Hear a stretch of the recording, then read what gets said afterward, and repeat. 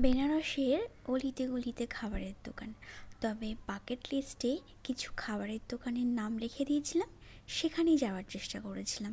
সবার প্রথমে গিয়েছিলাম কাশি চাট ভান্ডারে, যেখানে সবাই বলেছিল টমেটো চাটটা খুব সুন্দর, তবে আমি খেয়ে আমার শোষও লেগেছিল, তাই বাবাকে দই বড়া দিয়েই থামিয়ে দিয়েছিলাম। নেক্সট গিয়েছিলাম লক্ষ্মী চায় ভান্ডারে। তো ওখানে গিয়ে আমার যে মালাই টোস্টটা লেগেছিল, যেটা আমি 2 দিন ধরে খেয়েছি, মানে 2 দিন গেছি আর 2-3 বার করে খেয়েছি, চাটা আমার শোষও লেগেছে। এই লস্যির দোকানটার আমার নাম জানা নেই, তবে এর টেস্টও কোনো কম যায় না ওই নাম জানা দোকানগুলোর মতনই। একদম কাজু পেস্তা বাদাম দিয়ে এই লস্যিটা এত টেস্টি ছিল।